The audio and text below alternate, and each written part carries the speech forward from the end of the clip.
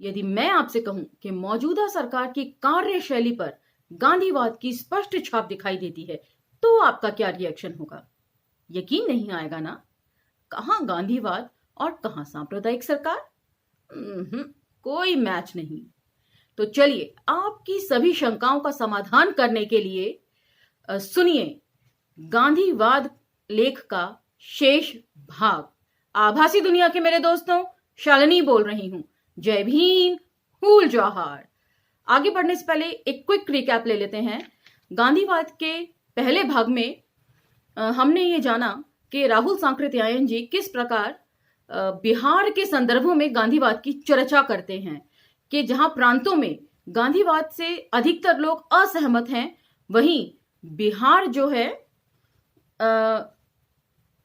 वहां गांधीवाद का एकमात्र साम्राज्य समझा जा रहा है। तो चलिए अब हम लेख को आगे बढ़ाते हैं। यदि आप कुछ जानना चाहते हैं तो आप पिछला वीडियो सुन सकते हैं। गांधीवाद भाग 1। चलिए, गांधी जी कहते हैं कि नशा को हिंदुस्तान से बिल्कुल विदा कर देना चाहिए। ताड़ी हो या देशी शराब और शायद गांजा और भांग भी, सभी को वे देश निकाला देना चाहते हैं। सिगरेट और तंबाकू को भी बहुत दिनों तक यहां न रखना चाहेंगे। यूरोपियन लोगों के लिए कुछ खास परिमाण में विदेशी शराब लाने की रियायत भी करने के लिए तैयार हैं। तो घोर व्यंग्यात्मक शैली में बात कह रहे हैं राहुल जी कि कैसे अपने लोगों के लिए कुछ और दूसरे लोगों के लिए कुछ और, जिसको हम डुअल स्टैंडर्ड्स कहते हैं ना, दोहरे मापदंड, उसकी बात कर रहे हैं। बिहार के 5 करोड़ के बजट में 1 करोड़ 17 लाख शराब से आता है। उसे वे एकदम कैसे बंद कर देने की सहमति दे रहे हैं? चाहे आपके स्कूल कॉलेज बंद हों, चाहे लड़के आधुनिक ज्ञान से वंचित हों, लेकिन वे नहीं चाहते कि शराब बेचकर मिले इस पाप के धन से विद्या पढ़कर विद्यार्थियों के दिमाग को कलुषित किया जाए। तो व्यंग्य कह रहे हैं कि आने वाला जो टैक्स है, यदि टैक्स ही नहीं होगा तो उसके एवज में स्कूल कॉलेज बंद कर दो।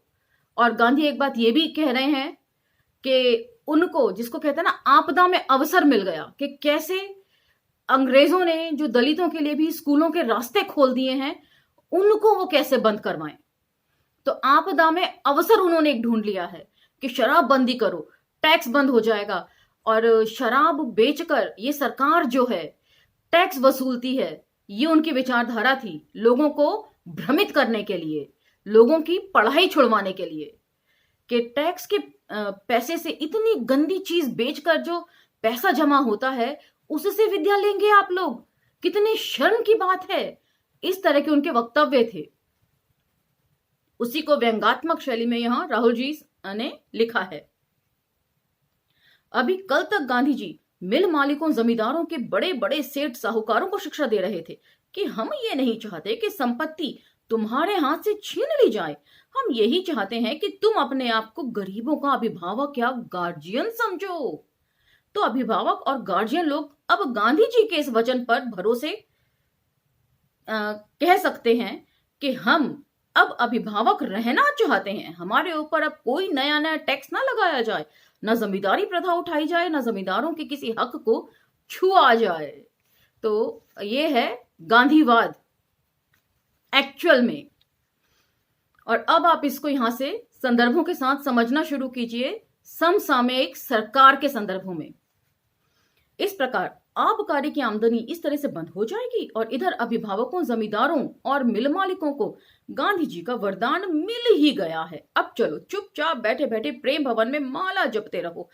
ताड़ी को भी गांधी जी शराब के साथ ही रखना चाहते हैं। ताड़ी या तो तुरंत वृक्ष से नीचे उतरते ही पी ली जाए या उसका गुड़ बना लिया जाए, इसके 1-2 दिन भी रखने की इजाजत न दी जाए।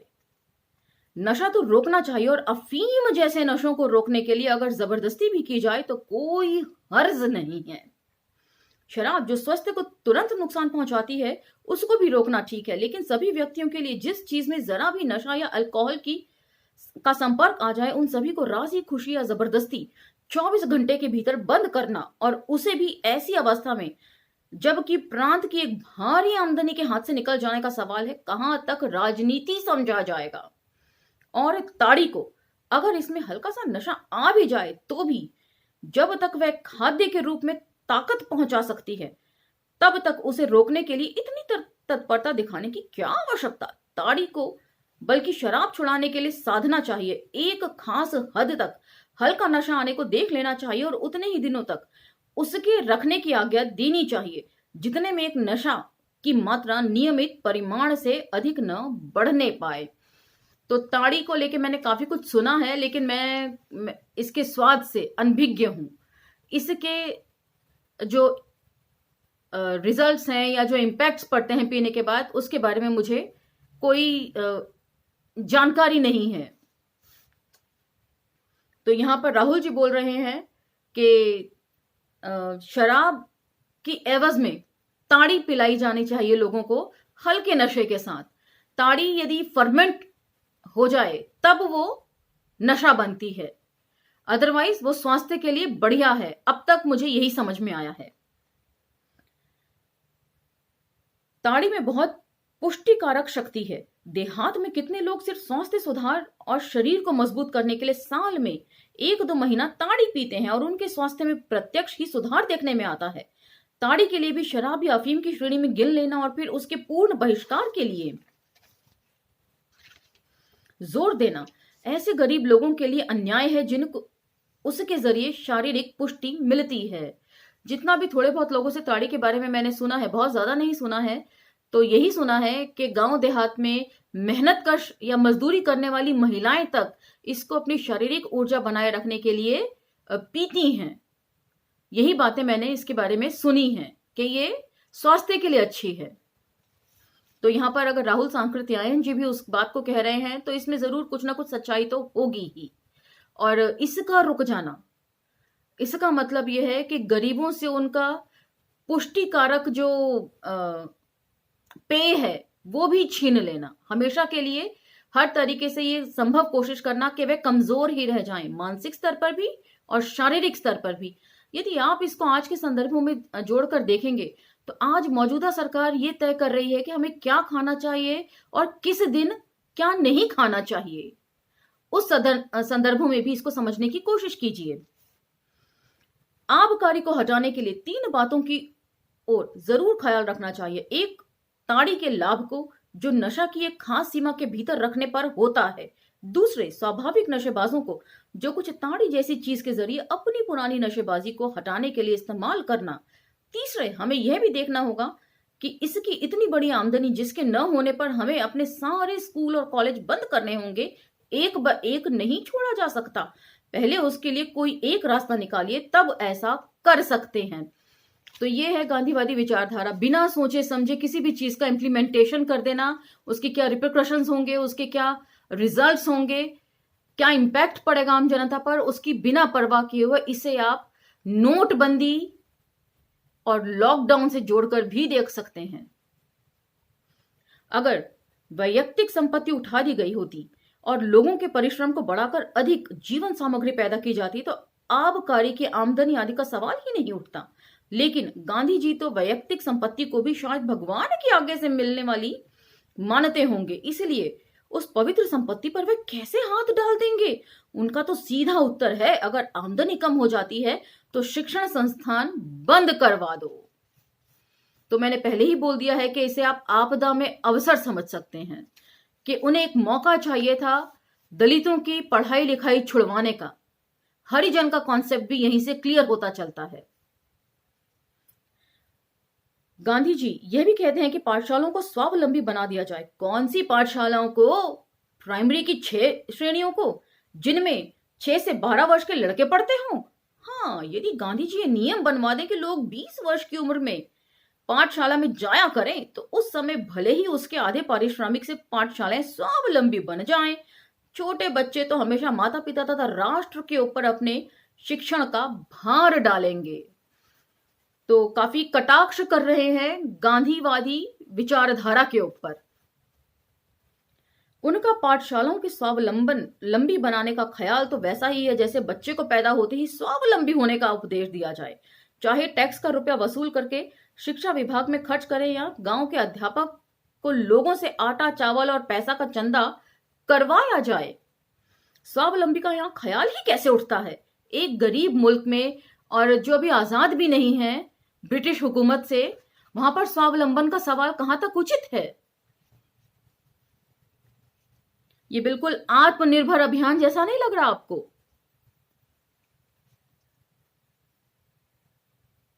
मैं भूल गई कहां थी मैं। हाँ जी, असल बात तो यह है कि गांधीवाद आजकल के साइंस और विद्या की उन्नति को शैतान के खुराफात समझता है और उसके प्रचार में दिल से सहानुभूति नहीं रखता। उसके अनुसार तुलसी कृत रामायण को पढ़ सुन लेना एक आदमी की शिक्षा के लिए काफी है। मिट्टी और पानी सभी बीमारियों के लिए रामबाण ही है। तो बहुत सारे पॉलिटेक्निक सरकार खोलने वाली है जिसमें इस तरह के हथकरघा उद्योग, जूता बनाना और मशीन रिपेयर करना, सिलाई कढ़ाई सिखाना, ये सारे उद्योग धंधे सिखाने की बात आजकल की सरकारें भी कर रही हैं।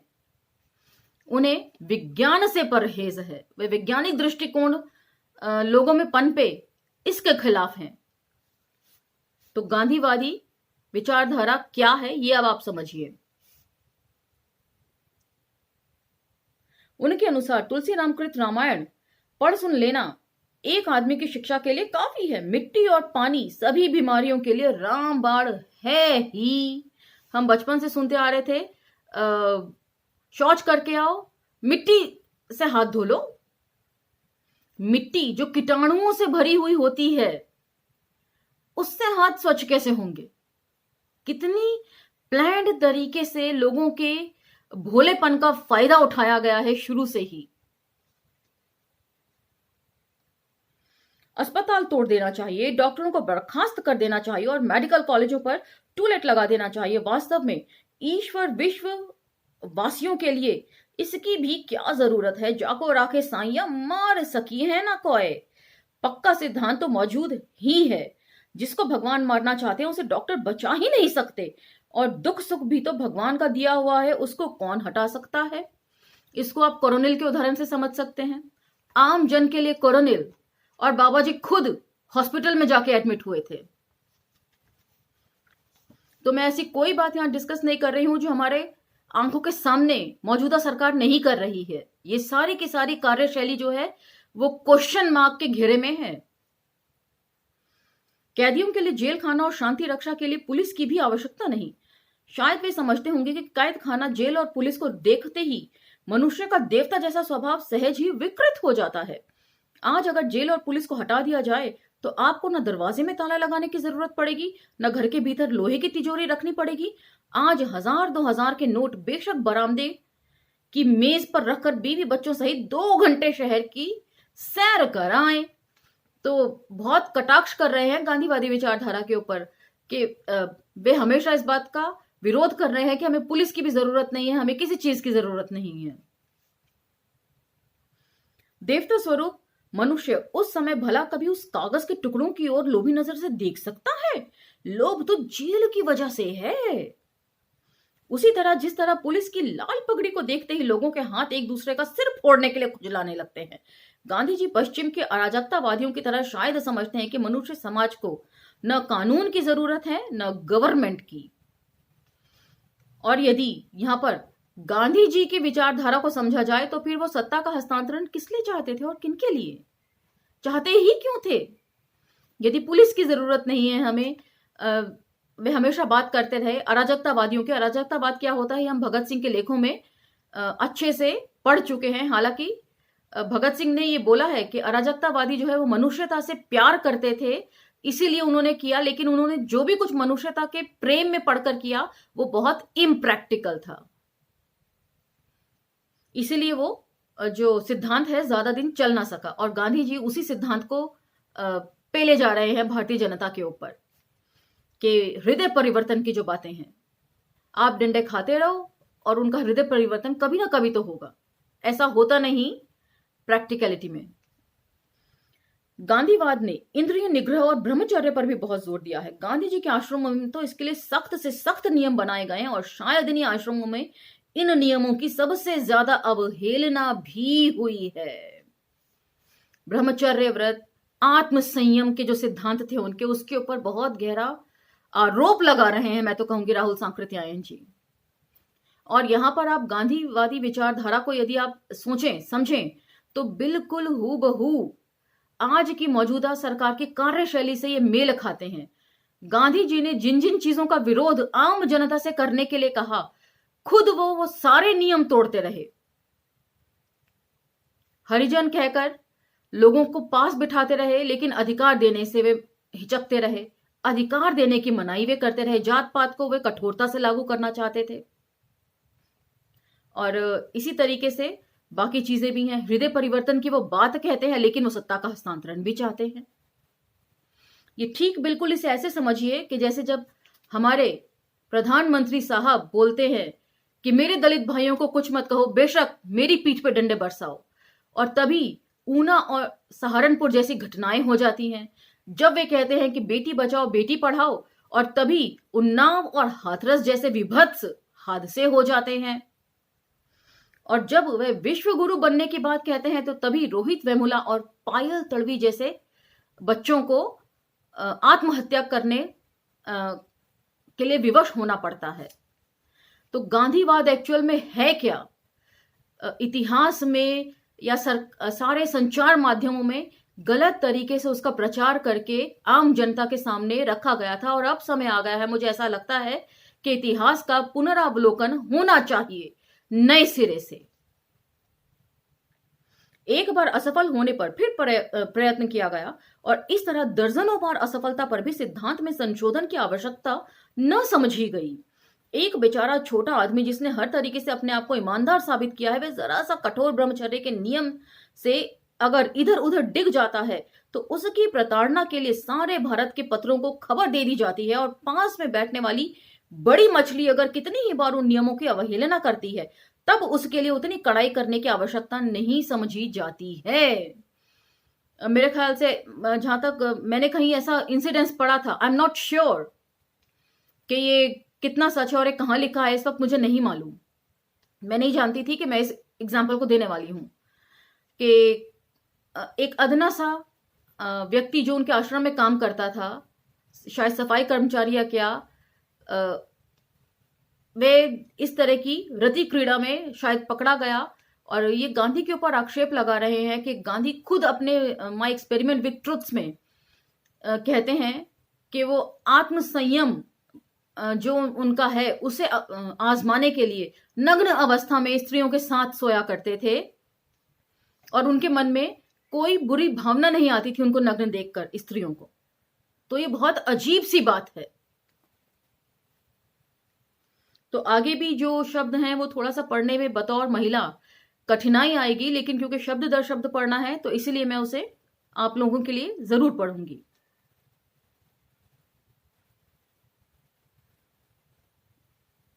वह जरा सा कठोर ब्रह्मचर्य के नियम से इधर उधर डिग जाता है, तो उसकी प्रताड़ना के लिए सारे भारत के पत्रों को खबर दे दी जाती है, और पास में बैठने वाली बड़ी मछली अगर कितनी ही बार उन नियमों की अवहेलना करती है, तब उसके लिए उतनी कड़ाई करने की आवश्यकता नहीं समझी जाती। देश की जनसंख्या बढ़ती जा रही है, उसको रोकने के लिए गांधीवाद के पास सबसे सरल नुस्खा है ब्रह्मचर्य। विवाहित होने पर भी पति पत्नी एक दूसरे से अलग रहें। कमाल है। संतति निरोध तो इसकी दृष्टि से अक्षम्य अपराध है। यह तो खुलेआम व्यभिचार का प्रचार करना है। बिल्कुल, यदि पति पत्नी होकर भी भाई बहन के रिश्ते की तरीके से लोग रहेंगे तो व्यभिचार ही बढ़ेगा। कि अपनी पत्नी के साथ आप संबंध नहीं रख सकते, तो इंसान उस संबंध को बनाए रखने के लिए बाहर जाएगा घर से। उसी चीज को यहां पर राहुल सांकृत्यायन जी बोल रहे हैं। ब्रह्मचर्य ही मनुष्य के लिए स्वाभाविक चीज है, और स्त्री पुरुष का संभोगिक संबंध तो बिल्कुल कृत्रिम चीज है। बढ़ती हुई जनसंख्या जो भारत में बड़ा विकराल रूप धारण कर रही है, इसके लिए गांधीवाद ने यह उपाय सोच रखा है। ये ऐसा उपाय है जिसे पालन करने वाले शायद गांधी के अनुयायियों में भी 1 दर्जन न मिल सकेंगे। तो भी उसके बल पर हर 10 वर्ष के भीतर 3 करोड़ की वृद्धि को रोकने का बीमा लिया जा रहा है। यह बात है कि गांधीवाद का सबसे अटल विश्वास ईश्वर भक्ति पर है। वह समझता है कि जो समस्याएं मनुष्य के लिए हल करने में तो असंभव मालूम होती हैं, वे ईश्वर के सामने तुच्छ हैं। वे तो पलक दरियाई है। पलक गिरने में बड़ी से बड़ी समस्याएं हल कर सकता है, यूं चुटकी बजाते ही। हाँ, इसमें क्या शक है। लेकिन इसके लिए हमें एक बड़े पैमाने में भूकंप, प्लेग या इन्फ्लुएंजा की प्रतीक्षा करनी चाहिए। मतलब प्राकृतिक आपदा। कोरोना को प्राकृतिक आपदा कहकर आप टाल दीजिए, लेकिन उसके लिए कोई इंतजाम मत कीजिए कि ये तो भगवान ने ऐसा ही चाहा है, ये तो प्राकृतिक आपदा है। यहां तक कि बाढ़ को भी प्राकृतिक आपदा कहकर सरकार पल्ला झाड़ लेती है, भूस्खलन हो जाते हैं, वे भी प्राकृतिक आपदा ही है। लेकिन भगवान की यही मर्जी है कहकर उसके लिए कोई कार्य नहीं करना चाहिए, हमें बचाव कार्य भी नहीं करना चाहिए लोगों का। ये कहने का मतलब है राहुल सांकृत्यायन जी का कि हजारों लोग मर जाएं प्लेग की बीमारी से, इन्फ्लुएंजा से। और इसको मैंने कोरोना के एग्जाम्पल से आपको बताने की कोशिश करी है कि कितनी बद इंतजामी थी इस दौरान। किसी समस्या पर साफ साफ ना सोचना, कठिनाई को अदृश्य और अप्रमाणित साधनों के ऊपर छोड़ना, बस यही गांधीवाद का असली रूप है और मौजूदा सरकार की कार्यशैली का भी। मुझे लगता है लेख के अंत तक आते आते आप लोग मेरी बातों से जरूर सहमत होंगे। इसी के साथ ये लेख समाप्त होता है। अगले लेख में अगले विषय के ऊपर चर्चा करेंगे। तब तक आज्ञा दीजिए। धन्यवाद।